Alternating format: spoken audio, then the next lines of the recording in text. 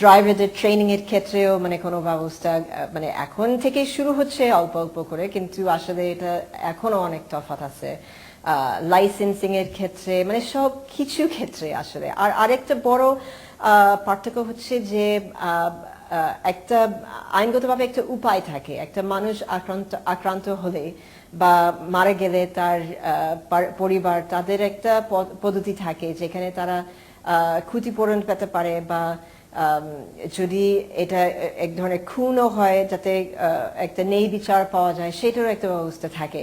এইখানে সেরকম কিছু নয়। যেমন আমি বলবো আমার আমার খালাতো বোন মারা গেছে সড়ক দুর্ঘটনাতে 4 বছর আগে আমেরিকাতে।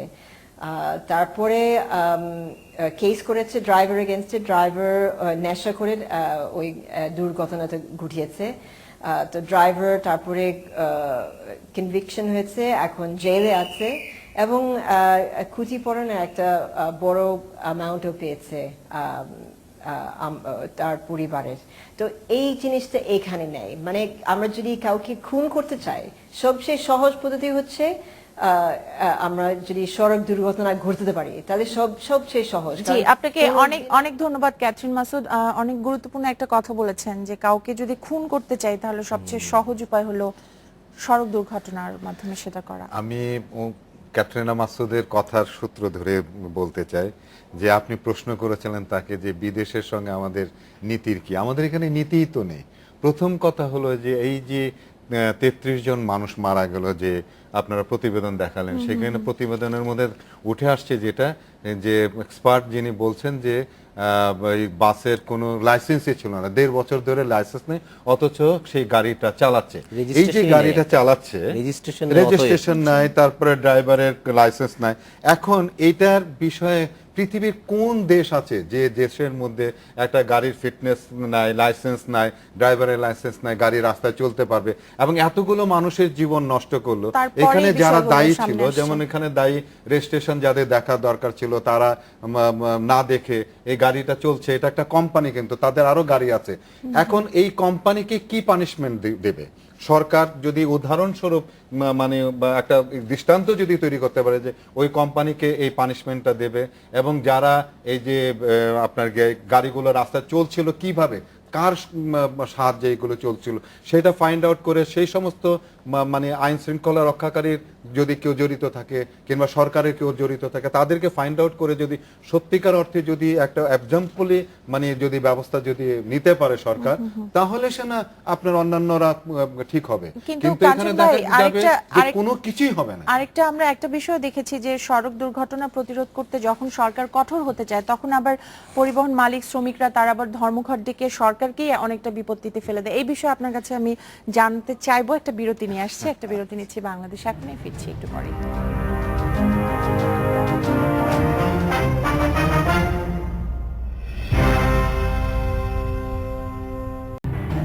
স্বাগত আরো একবার, দেখছেন বাংলাদেশ এখন।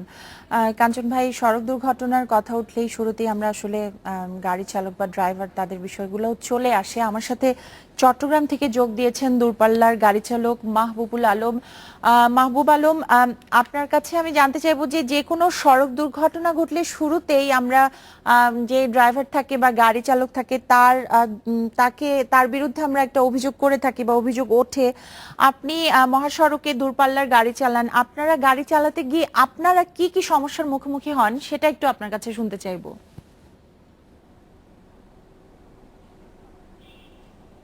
ধন্যবাদ।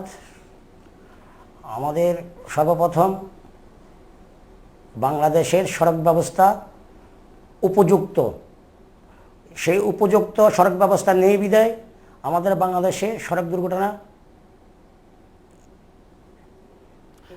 উপযুক্ত কোন কোন জায়গায় উপযুক্ত মনে হয় না আপনার?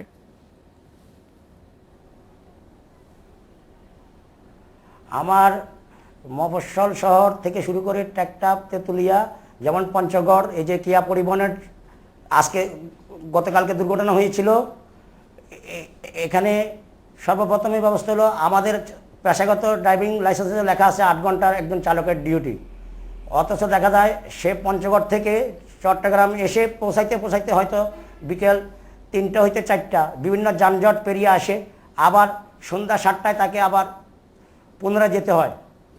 এবং রাস্তার যে অবস্থা ঢাকা চিটাগাং মহাসড়কে, সেটা আপনারা অবশ্যই অবলোকন করেছেন। আমাদের বাংলাদেশের সড়ক ব্যবস্থা এবং বিদেশের সড়ক ব্যবস্থার মধ্যে বহু জি ডিফারেন্স মাহবুবুল রয়েছে। আলম, তার মানে আপনারা আসলে বিশ্রামের খুব একটা সময় পান না। আপনারা কতটা মানসিক চাপ নিয়ে গাড়ি চালান সেটা একটু জানতে চাইবো। আমাদের মানসিক চাপ এটা হলো আমাদের বাংলাদেশে যে অনুপাতিক হারে গাড়ি হয়েছে, সেই কারণে ওই পর্যাপ্ত পরিমাণ ড্রাইভার নেই, চালক নাই, পর্যাপ্ত পরিমাণ চালক নাই। আমাকে হয়তো ঢাকা থেকে আজকে রাত্রে চট্টগ্রাম থেকে মনে করেন রাত 11টায় ছেড়ে গেছি, 11টায় ছেড়ে রওনা হয়েছি ঢাকার উদ্দেশ্যে। রাস্তায় যানজট, বিভিন্ন রকম যানজটের সৃষ্টি হয় এবং আমাদের সড়ক ব্যবস্থায় truck, cover van, truck lorry রাত্রে দেখা যায় যে তুলনামূলকভাবে সবচেয়ে বেশি, এবং ঢাকা চিটাগাং মহাসড়ক সবচেয়ে বেশি যানজটের সৃষ্টি হয়, যার ফলশ্রুতিতে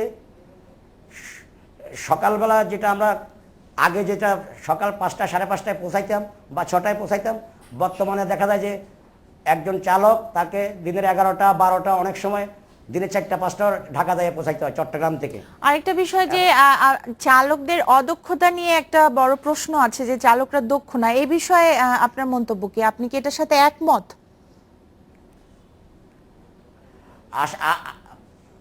আমি আমাদের চালকরা অদক্ষ নয়, হয়তো অশিক্ষিত হতে পারে, অদক্ষ নয়, বিভিন্ন নিয়ে দক্ষতা নিয়ে কাজ করে। উপযুক্ত সড়ক নাই বিধায় এই দুর্ঘটনায় কবলিত হই, এবং আমাদের বিশ্রামের যে সময়টা আমরা সেই সুযোগটা পাই না।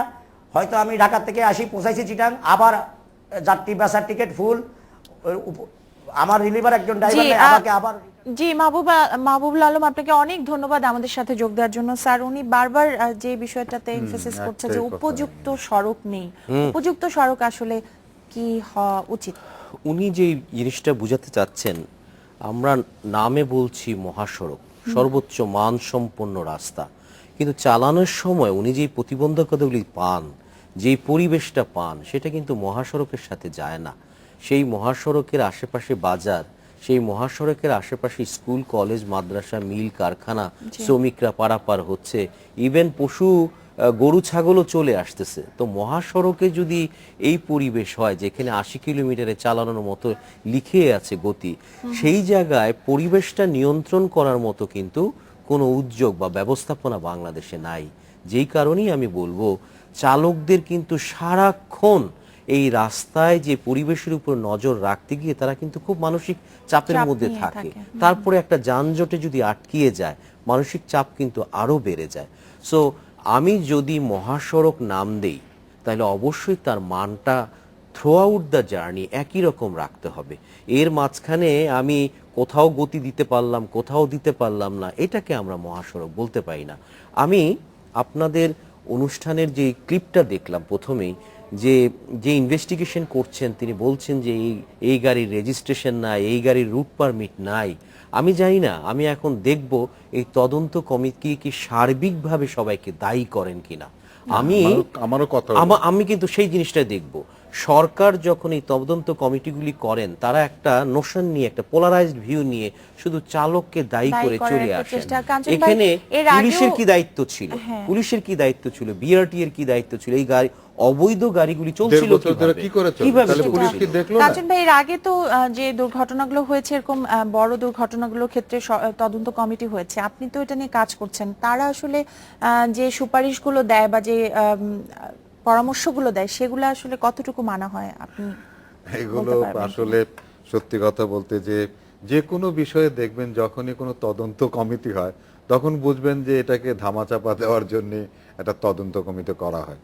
কোনো তদন্ত কমিটি কিন্তু শুধু সড়ক দুর্ঘটনার বিষয় না, যে কোনো তদন্ত কমিটি কিন্তু আমাদের এখানে আলোর মুখ দেখে না, এবং সেটার কিন্তু প্রপার একটা কার্যকরী কিন্তু ব্যবস্থা কিন্তু হয় না।